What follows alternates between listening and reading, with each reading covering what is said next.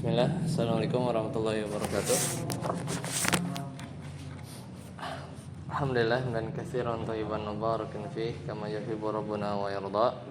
Asyhadu an la ilaha illallah wahdahu la syarika lah wa asyhadu anna Muhammadan abduhu wa rasuluh. Allahumma shalli ala Muhammad wa ala ali Muhammad. Alhamdulillahilladzi bi ni'matihi tatimmus shalihat. Sekarang kita masuk ke bab baru ya, yaitu di bab ke-39. Iya.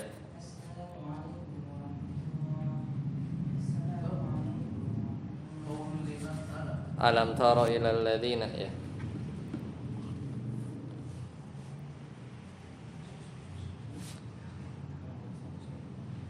Sudah?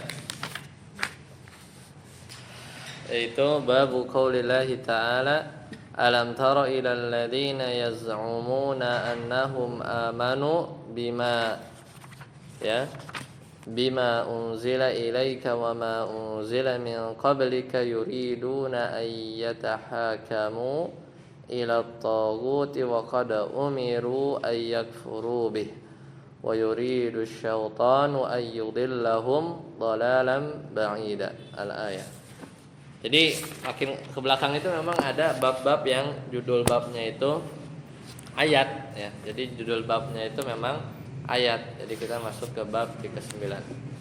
Yaitu bab firman Allah Ta'ala ya, di surat An-Nisa ini sebenarnya ya. Surat An-Nisa ayat ke-60 dan 62.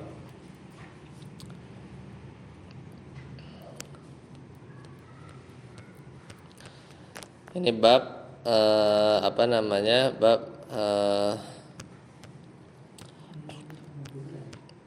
surat An-Nisa ya, surat An-Nisa.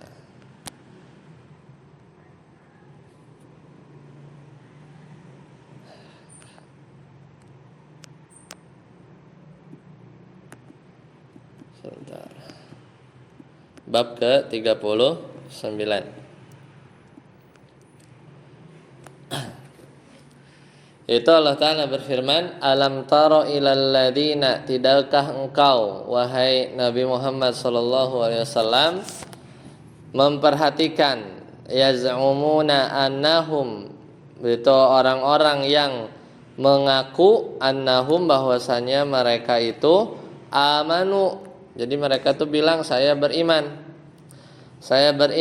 bima unzila ilaika, terhadap apa yang diturunkan kepadamu, apa? Al-Quran ya, Al-Quran turunkan kepada Nabi Muhammad SAW. Wa ma unzila min qablik, dan juga kita beriman kepada yang diturunkan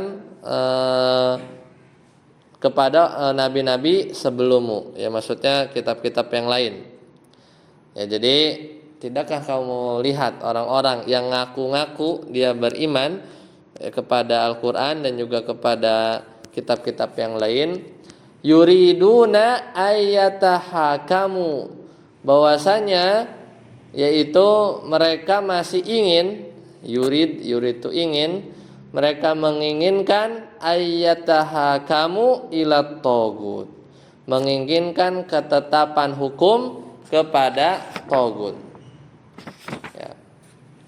Wa qad umiru an yakfuru bih ya. Padahal mereka umiru diperintahkan ay yakfuru bihi, yaitu untuk mengingkari tagut tersebut ya. Mana tadi ya, jadi wa qad umiru ay yakfuru bih wa yuridu syaitanu ay yudillahum dhalalan ba'ida, dan setan itu ingin ayyudillahum, menyesatkan mereka dengan kesesatan ba'ida, yang jauh. Wa idza qila lahum, dan ya ketika dikatakan kepada mereka, apabila dikatakan kepada mereka ta'alau ila ma anzalallah, ayo balik lagi ya, marilah patuh kepada apa yang Allah turunkan, wa ila rasul, dan kepada yang Allah turunkan kepada Rasul. Ra'aital munafiqina yasudduna anka sududan. Ini ayatan lanjutnya ya. Ini setelah ayatnya dilengkapi ya. Jadi ayat 60 sampai ayat 62. Bahwasanya mereka, Nabi Muhammad, engkau melihat orang-orang munafik menghalangimu dengan keras.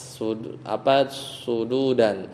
Fa kaifa idza asabathum musibah, maka bagaimana apabila kelak musibah menimpa mereka orang-orang munafik tadi, bima qaddamat aydihim, karena sebab mereka sendiri, summa ja'uka, kemudian mereka datang kepadamu Nabi Muhammad SAW, yahlifuna billah, demi Allah, ya mereka bersumpah, in aradna illa ihsana wa taufiqa, kami sekali-kali tidak menghendaki kecuali kebaikan dan kedamaian. Ya, jadi intinya ini bab, judul babnya itu ayat ya, ayat surat An-Nisa ayat 60 sampai ayat ke 62. Nah, kata penulis hadzal babu, ya bawahnya, hadzal babu lahu silatun qawiyatun bima qablahu. Jadi bab 39 ini itu masih punya kaitan dengan bab sebelumnya. Kalau bab sebelumnya apa yang kita udah selesai? Bab yaitu siapa yang menaati ulama ya, dan juga umara ya, dalam mengharamkan apa yang Allah halalkan atau menghalalkan yang Allah haramkan, maka dia telah menjadikan mereka, maksudnya ulama atau umara tadi, sebagai tuhan-tuhan selain Allah. Nah, kaitannya apa dengan bab ini? Karena bab 39 ini sebenarnya bab tentang berhukum ya, dengan hukum selain hukum Allah. Mirip sih sebenarnya, makanya ada kaitan dengan bab sebelumnya. Lianna ma qablahu, karena bab sebelumnya fihi hukmun, yaitu dibahas hukum tentang man atau al ulama awal umara, yaitu tentang hukum bagi mereka yang mentaati ya para ulama dan pemimpin. Dalam apa? Tentunya bukan dalam kebaikan ya, yaitu fi tahlili ma harramallahu, dalam menghalalkan apa yang Allah haramkan, atau kebalikan, au tahrimi ma ahallallahu, mengharamkan apa yang Allah halalkan. Itu yang kemarin. Wa hadzal babu, sedangkan bab yang ini nih, yang bab 39, yaitu membahas tentang fihi al-inkaru ala man aradat tahakumi ila ghairillah. Yaitu ini bab yang 39 itu tentang pengingkaran ya kepada orang yang ingin berhukum tahakum, ini berhukum dengan hukum bukan hukum Allah ya, bukan hukum Allah Subhanahu wa taala. Ini mukadimah. Sekarang kita bahas ayatnya. Alam tara, yaitu tidakkah kamu melihat, memperhatikan wahai Nabi Muhammad sallallahu alaihi wasallam. Ini nah Allah nanya bukan Allah nggak tahu jawabannya, kan banyak kan, alam tara kaifa fa'ala gitu ya. Maka alam tara ini namanya istifhamun yuridu bihi takrir. Apa? Istifham, dia tuh nanya, tapi maksud pertanyaannya itu adalah at-takrir. At-takrir itu apa? Menetapkan. Jadi menetapkan bahwasannya ada tuh orang-orang yang ngaku-ngaku ngomongnya beriman kepada Al-Quran, kepada kitab-kitab sebelumnya, tapi mereka ingin berhukum dengan hukum yang bukan dari Al-Quran, bukan dari ya hukum-hukum secara Islam. Ya, makanya ini nanya dalam bentuk menetapkan gitu. Alam taro, kamu nggak lihat gitu kan? Kamu nggak lihat itu orang begitu dan begini kan? Itu kan sebenarnya bukan nanya, tapi menetapkan bahwa itu orang begini dan begitu gitu. Kan suka gitu ya bahasa Indonesia juga. Atau wa ta'ajjubu, atau pertanyaan yang sifatnya itu ta'ajjub, itu aneh ya. Min halihim, yaitu aneh terhadap kelakuan mereka itu ya, kelakuan mereka itu yang tadi yang di ayat. Wal khitabu lahu sallallahu alaihi wasallam, dan yang diajak berbicara dalam ayat ini An-Nisa 60-62 itu adalah Nabi sallallahu alaihi wasallam. Oke. Kemudian yaz'umuna apa? Za'ama itu artinya mengaku ya, maka mereka mengaku. Jadi yaz'umuna yaitu orang-orang yang mengaku dirinya. Lam yakul, Allah tidak bilang alladzina amanu gitu kan. Allah nggak ngomong orang-orang yang beriman, bener nggak? Kan alam taro ilal alladzina amanu gitu kan, enggak, tapi alam taro ilal ladzina yaz'umuna annahum amanu gitu.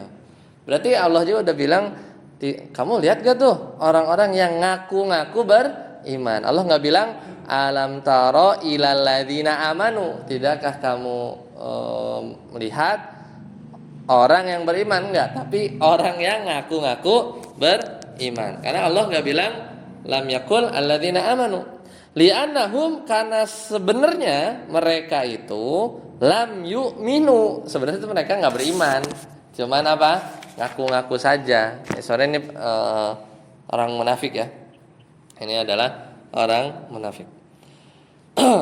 Bal yaz'umuna wa hum kadzibun, bahkan mereka itu hanya ngaku-ngaku saja dan mereka itu bohong.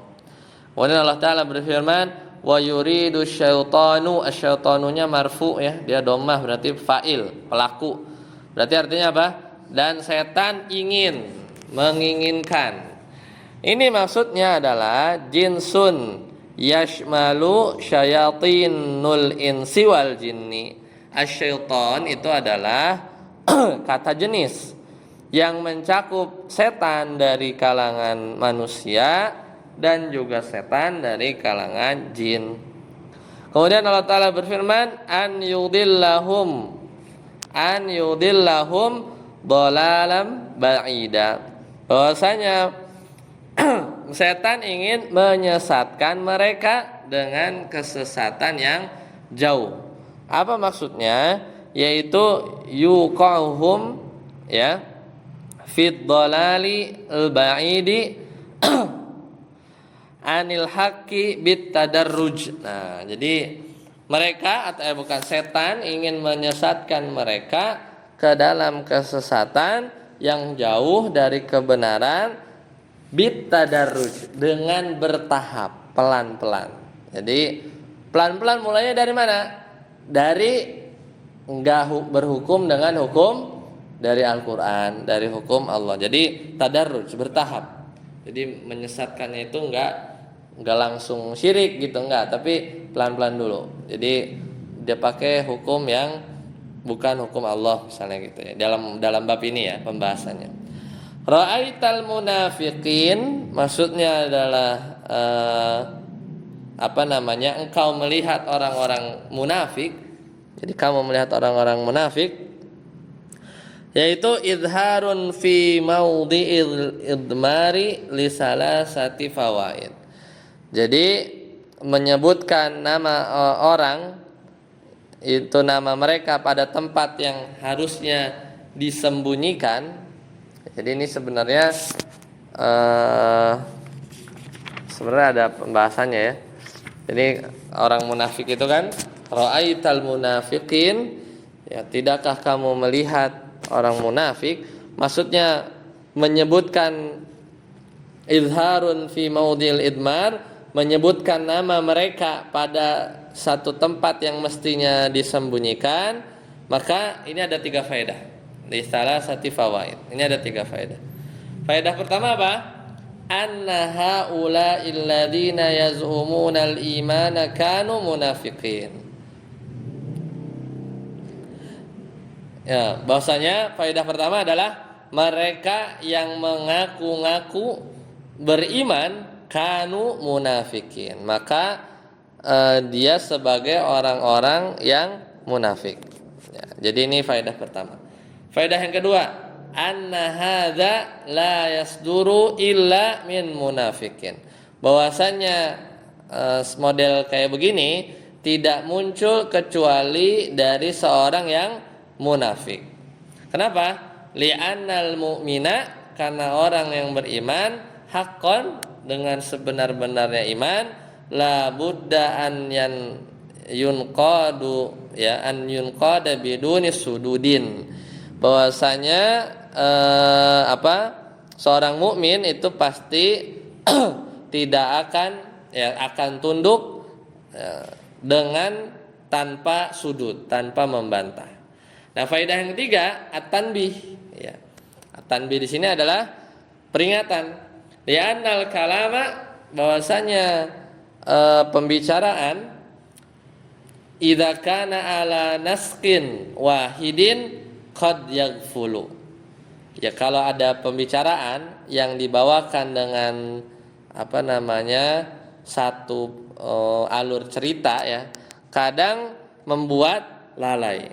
Fa idza taghayyara siyaq, ya, tetapi kalau gaya bahasanya itu diubah, intanbih, maka orang tuh akan perhatian. Sebelah mananya sih? Coba kita lihat ayatnya. Kan gini, alam taro ilal ladina yaz'umuna annahum. Kan pakai mereka kan? Mereka annahum mimma unzila ilaika wa ma unzila min qablik yuriduna, mereka. Pakai domir hum semua tuh. Annahum, terus yuridun. Kan lagi panjang nih ayatnya kan? Mereka pakai kata ganti kan lama-lama bosen nih orang denger. Ya kan? Yuridun. Terus pakai yataha kamu, domir juga, hum juga. Ila togut. Wa qad umiru, mereka lagi. Kan gitu, mereka gitu kan. Jadi satu ayat ini kan lagi lempeng aja kan alurnya, ngomongin orang munafik sebenarnya.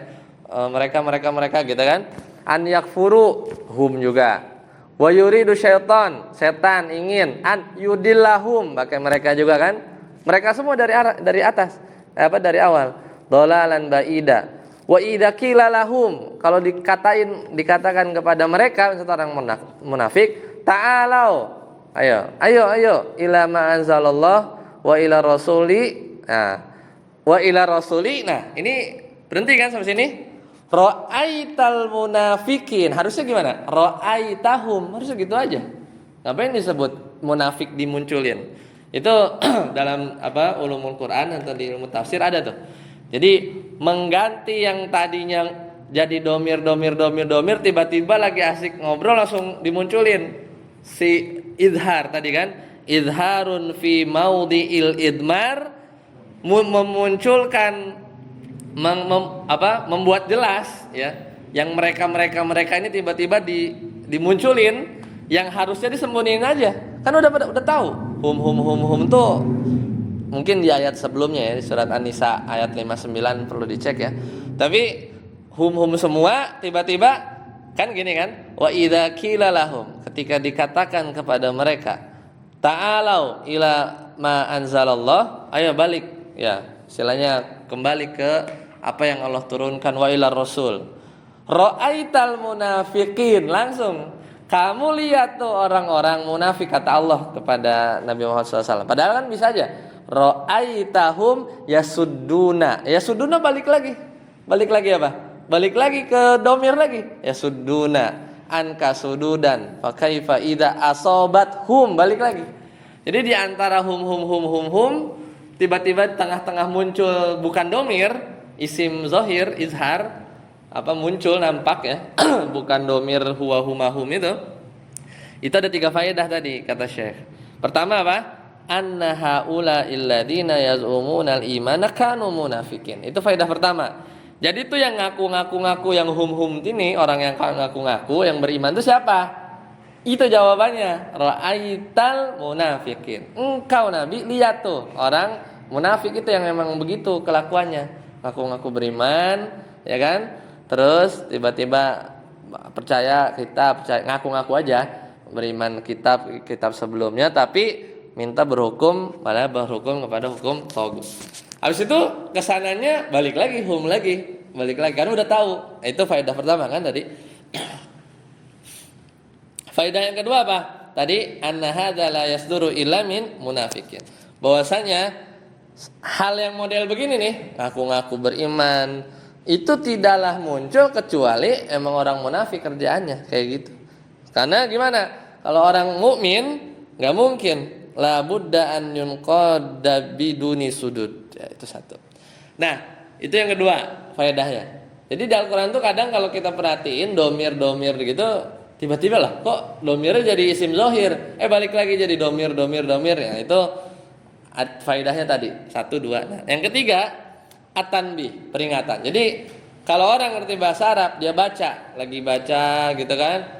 Ini ngomongin siapa nih ayat gitu kan. Tiba-tiba lagi baca ra'aital munafiqin. Oh, berarti ini si hum ini munafikin.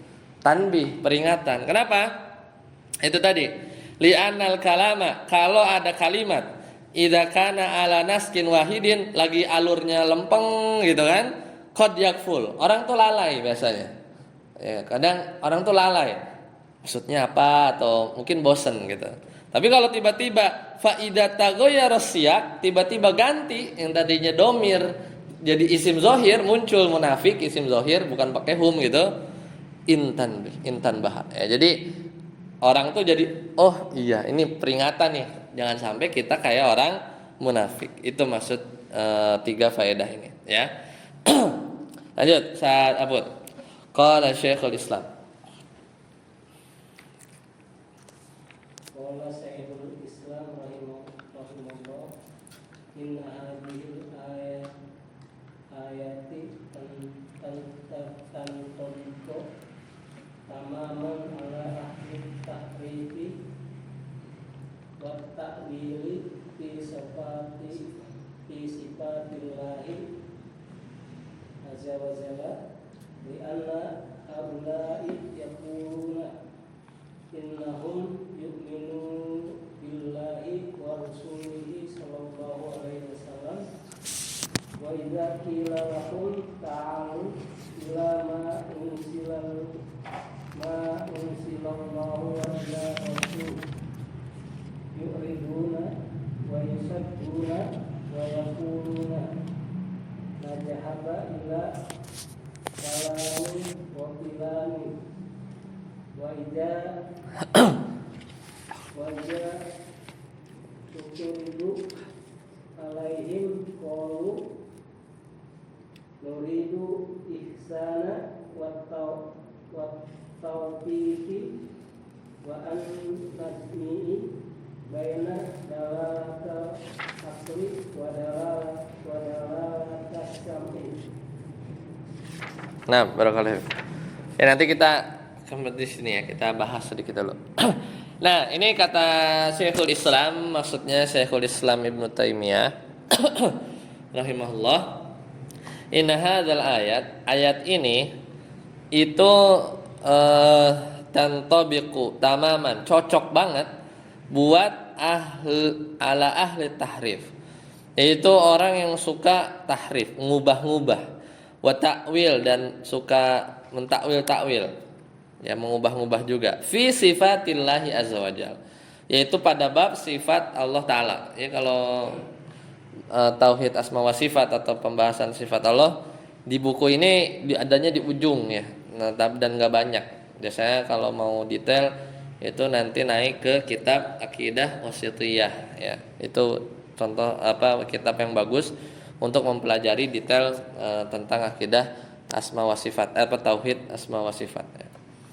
Nah, kenapa? Karena ahlu tahrif sama ahlu ta'wil yang suka merubah-rubah sifat-sifat Allah ini, li'anna haula yaqulun, karena mereka tuh ngomong begini, innahum yu'minuna billah, mereka bahwasanya mereka tuh beriman kepada Allah, war rasulahu, dan juga beriman kepada Rasul sallallahu alaihi wasallam. Tapi wa idza qila lahum, tapi kalau dikatakan kepada mereka nih ahlu tahrif sama ahlu ta'wil fi sifatillah, ta'alau balik ya, istilahnya rujuklah kembali lagi kepada Al-Qur'an, ma anzalallah wa ila rasul, dan kepada sunnah Nabi SAW. Yu'ridun, tapi mereka enggan, namun mereka membantah, berpaling ya. Wa yasuddun, membantah. Yu'ridun itu artinya berpaling. Wa yasuddun itu membantah ya. Wa yaqulun, ngomong begini, nadhabu ila fulanin, kami sudah pergi ke fulan. Wa fulanin, dan kepada fulan ya, ada pendapat fulan, ada pendapat fulan. Wa idza uturida alaihim, ya kemudian ketika mereka dibantah, kan udah dibantah nih, qalu, mereka bilang, nuridul ihsan, kami ini sebenarnya pengennya kebaikan, wa taufik, dan taufik, kan persis kayak akhir ayatnya tadi ya kan. Mereka tuh yang orang munafik tuh pas dibilangin tuh, enggak kok, kita tuh sebenarnya pengen yang baik gitu ya, pengen kebaikan. Kan salah dianya. Merekanya malah bukan ngikutin Al-Qur'an dan Sunnah. Wa an najma'u baina dalalatil aqli wa dalalatis sam'i. Dan mereka sambil bilang juga bahwasanya nih kami ingin menggabungkan antara dalil akal dan dalil Al-Qur'an dan Sunnah. Ya intinya mah ngeles lah. Gitulah. Tapi ini komen aja, ini komen dari Syekhul Islam Ibnu Taimiyah. Ini ayat ini cocok juga nih katanya buat orang-orang yang suka mengingkari sifat dan nama-nama Allah ya. Nah itu pendahuluan ya, atau dalil yang pertama. Nah sekarang kita coba sedikit jabarkan ya. Jadi ini kan dalilnya itu tadi dalil pertama itu surat An-Nisa 60 sampai 62. Nah, jadi balik lagi tadi, kalau bab yang sebelumnya itu yang bab 38 tadi membahas tentang itu ya, yang menghalalkan yang apa yang Allah haramkan, atau mengharamkan apa yang Allah halalkan. Tapi adapun pada bab ini ya,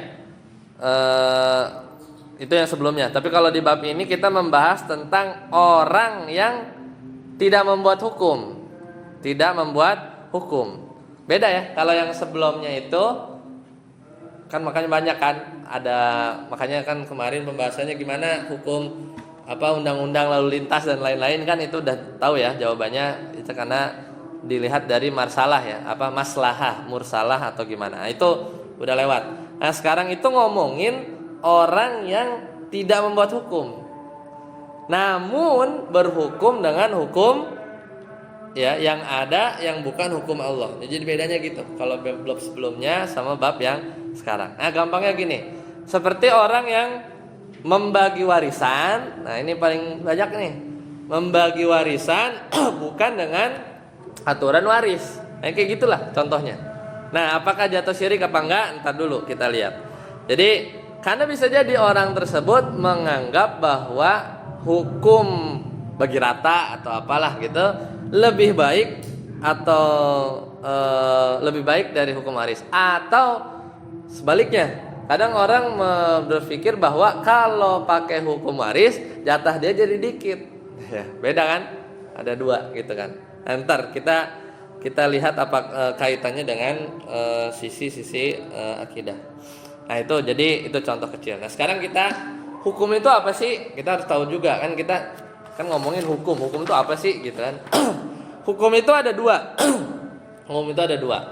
Pertama namanya hukum al-hukmu syar'i. Kalau kita dengar hukum syar'i ya, kadang juga kita dengar hukum kauni, ya kan? Yang mana nih yang dimaksud ya? Nah, kita bedain dulu. Jadi pertama hukum syar'i.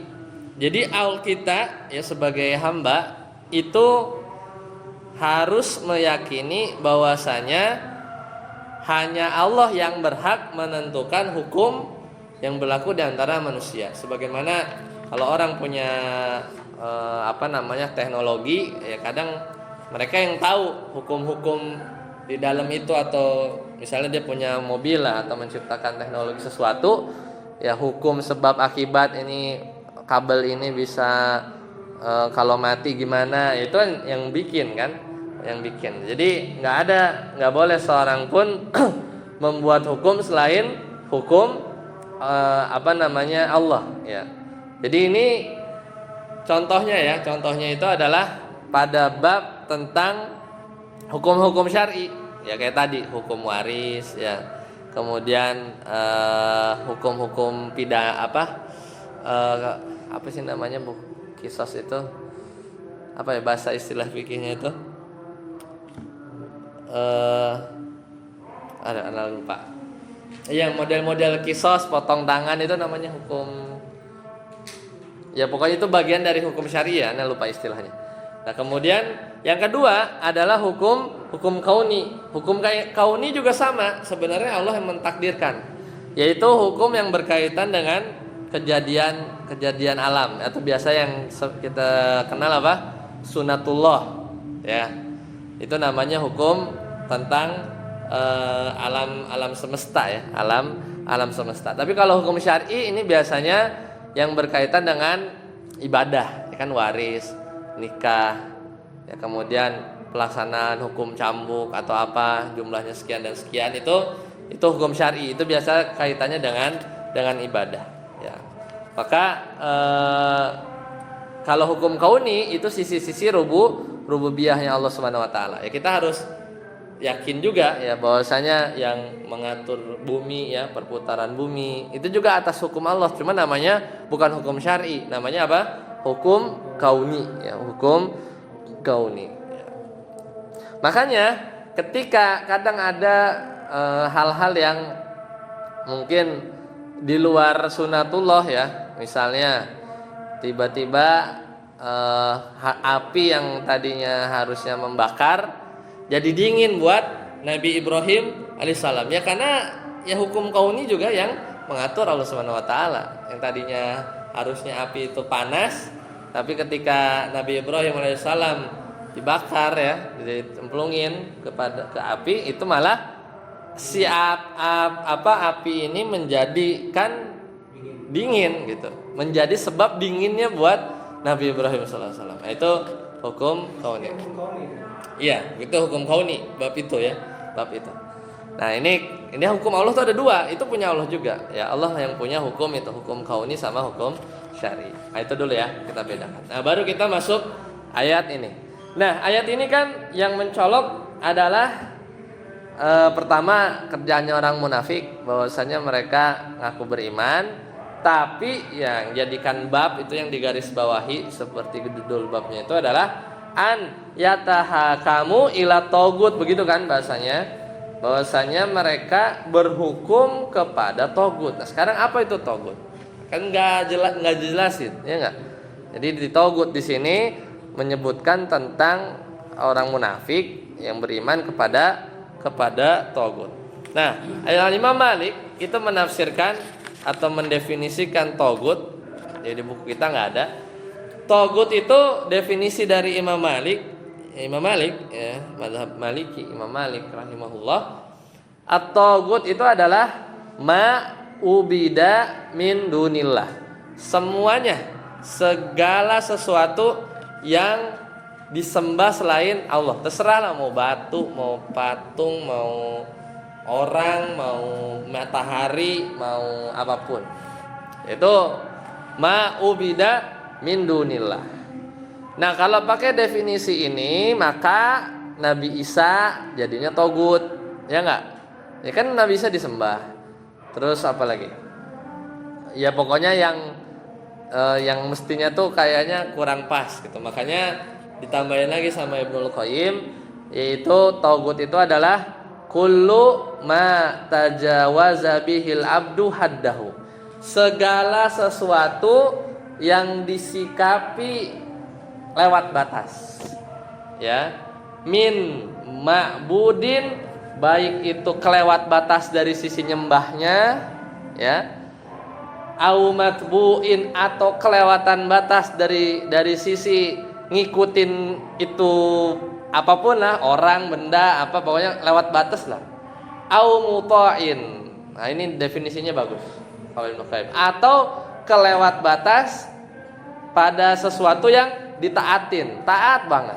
Makanya sini masuk ya tadi masuk Lia Eden gitu kan, togut tuh, ya kan? Itu dia apa? Ditaati apa disembah ya? Nah, Kayaknya ditaati ya. Ya kan malaikat. Berarti kan ma kullu ma tajawaza bihi al abdu haddahu. Jadi segala sesuatu yang disikapi lewat batas. Disembahnya, diikutinnya, ditaatinnya. 3 itu.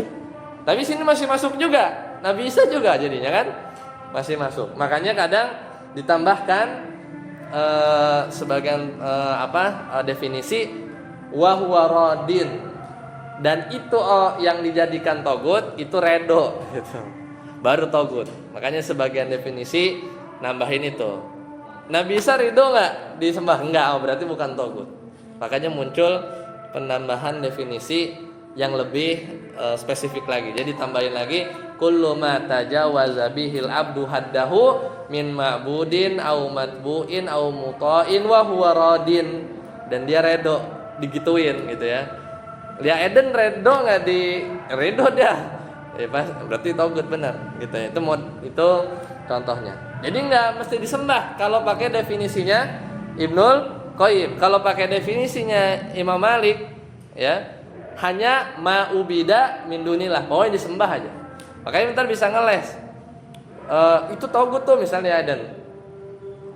Ya kalau pakai definisi Imam Malik enggak disembah, tapi ditaatin aja pengikut aliran sesat, itu togut tuh. Tapi nggak disembah, ngikutin ajarannya aja gitu kan.